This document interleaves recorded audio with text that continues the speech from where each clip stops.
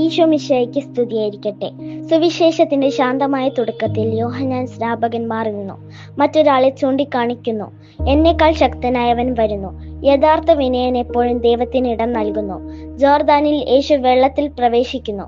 യേശുവിന് മാനസാന്തരം ആവശ്യമുള്ളത് കൊണ്ടല്ല, മറിച്ച് നമ്മുടെ ബലഹീനതയിലും തകർച്ചയിലും നമ്മോടൊപ്പം നിൽക്കാൻ അവൻ തിരഞ്ഞെടുത്തത് കൊണ്ടാണ്.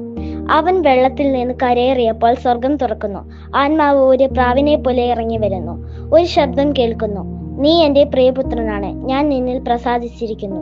യേശു ഒരു അത്ഭുതം പ്രവർത്തിക്കുന്നതിനു മുമ്പ്, അവൻ പ്രസംഗിക്കുന്നതിനോ സുഖപ്പെടുന്നതിനോ മുമ്പ്, പിതാവ് അവനെ സ്ഥിരീകരിക്കുകയും സ്നേഹിക്കുകയും അവകാശപ്പെടുകയും ചെയ്യുന്നു. ഇപ്പോൾ ഈ നിമിഷം അതേ ശബ്ദം നമ്മിൽ സംസാരിക്കുന്നു. നീ എൻ്റെ പ്രിയപ്പെട്ടവനാണ്. നീ ചെയ്യുന്ന കാര്യം കൊണ്ടല്ല, മറിച്ച് നീ ദൈവത്തിൻ്റെതായത് കൊണ്ടാണ്.